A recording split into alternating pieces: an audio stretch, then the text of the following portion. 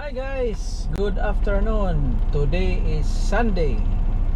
After kailan ba ako na umalis dito? Wednesday the other week. 7 Wednesday, Thursday, Friday, Saturday, Sunday. After 11 days ako ay naka-turn around, no. Nakarating dito sa yard namin. Ako po ay pumunta ng California, Ontario, California, and then pabalik dito. 11 days lahat. Papunta doon. Nagpunta pa ako sa pick up sa customer. All in all, yung California na yun 2,900 miles. Tapos yung pabalik dito 2,500 ang nakita ko. Ako ay nagpapasalamat unang-una kay Lord dahil ako ay safe na nakabalik dito. Binigyan niya ako ng safety, no, sa lahat ng travel ko. Although ako ay nasabugan ng gulong nung on the way ko papunta doon, yung second day ko, pero okay naman, walang masamang nangyari sa akin. Ako ay mag 36 hours reset. Naka 36 hours reset din ako doon sa Nevada, doon sa border sa Prim, border ng California at saka Nevada, kasi paubos na yung 70 hours ko. Ako ay na reset doon on the road. Ngayon, kahit hindi pa ubos ang 70 hours ko, pero ako ay mag reset kasi family time. Hindi naman kailangan na ubusin ko muna ang 70 hours kasi nagsimula ako nung Friday ba yon? Hindi naman kailangan na tapusin ko ang 70 hours para ako ay makapag-reset.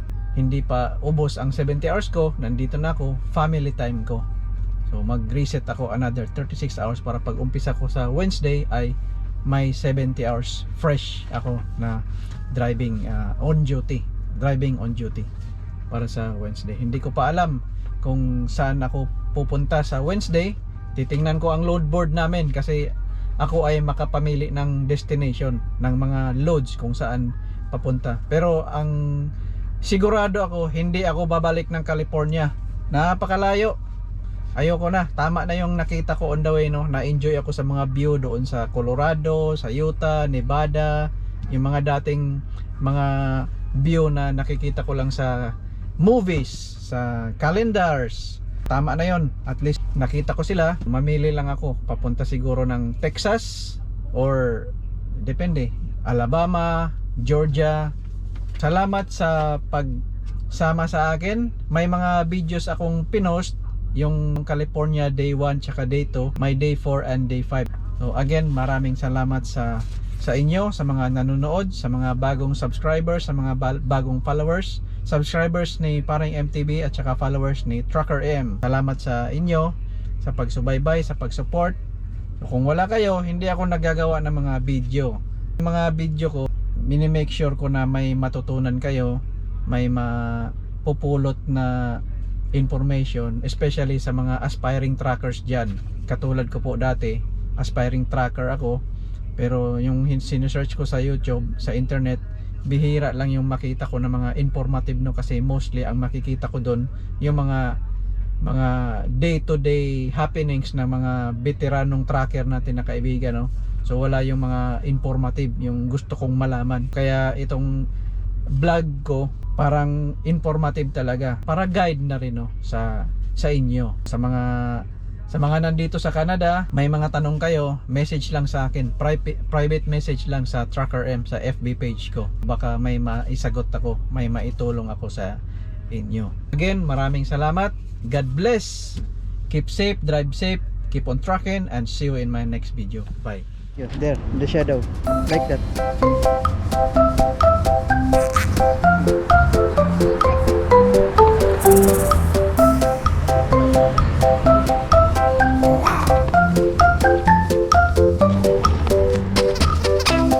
Gonna win.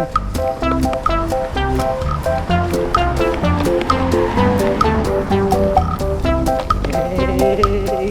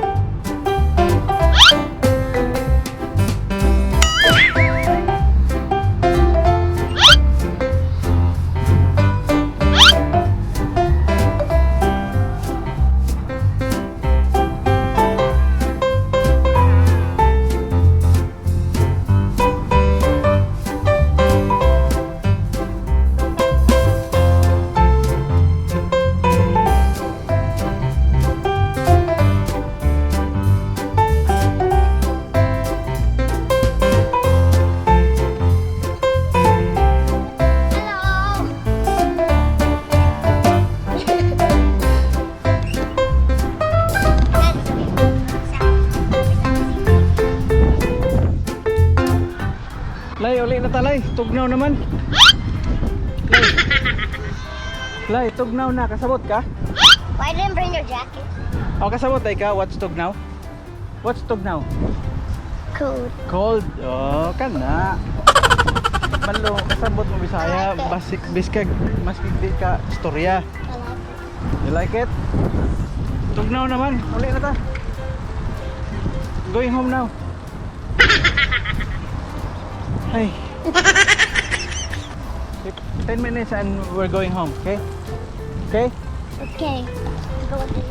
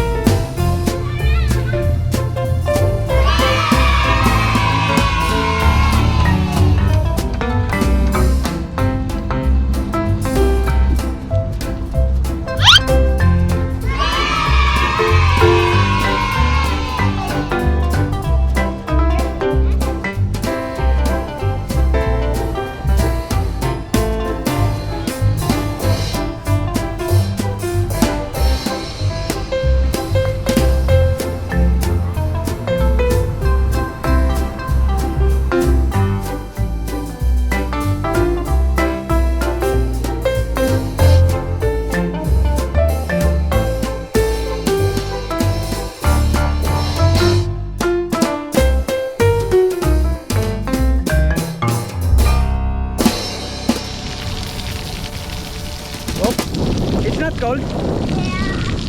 You like it now? You like it?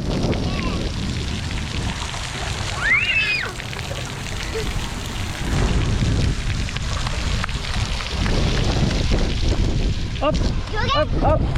How to turn it on? How you press that? Alright.